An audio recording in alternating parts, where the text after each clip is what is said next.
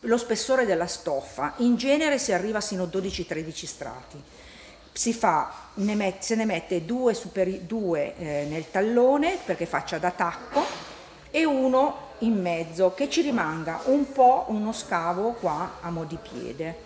Dopodiché si imbastisce bene. Più si imbastisce e più la misura viene perfetta, perché se no la stoffa tende a rientrare e poi le misure non sono, se uno deve fare il 37 si ritrova tranquillamente con un 34-35. Si imbastiscono subito tutti insieme o magari 2-3 per volta? No, tutto assieme. Quando uno insegna, come la Felicita, che è la docente migliore che io ho avuto, assieme alla Carme di Roccapietra, la società operaia di Varallo, danno proprio le basi talmente perfette che poi uno può scegliere di fare un punto, di fare l'altro nella suola, ma andrà avanti benissimo senza problemi. Non avrà tutti questi dolori alle mani, alle braccia, per carità, dopo che uno ne fa parecchi sì, ma non come... perché non è assurdo tribulare quando si può tranquillamente farli senza problemi.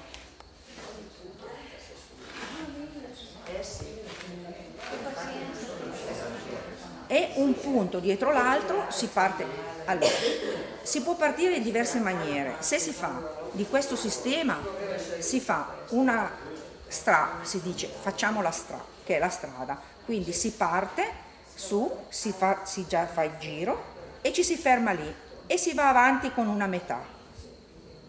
E dopo si riprende e si va avanti con l'altra, da questa parte.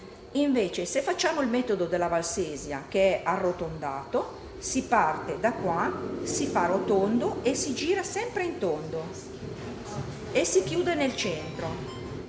Ho fatto la punta quadrata, però ho usato il sistema di intrallatura della Valsesia in circolo e la tomaia l'ho fatta come quella di pettinengo, che sono due pezzi. La differenza c'è che qua sono più ciabattone,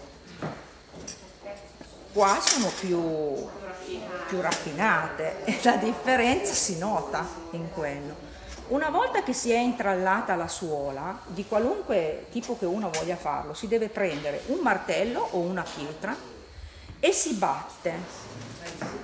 Si batte fin tanto che si è raggiunto il numero che desideravamo e si tagliano poi i nodi e questi fili o si possono lasciare o si tagliano, non dà fastidio. Si mettono altri 2 o 3 strati fin tanto che non si sente questo ruvido dei buchi e dopodiché si inizia a cucire la tomaia con la suola.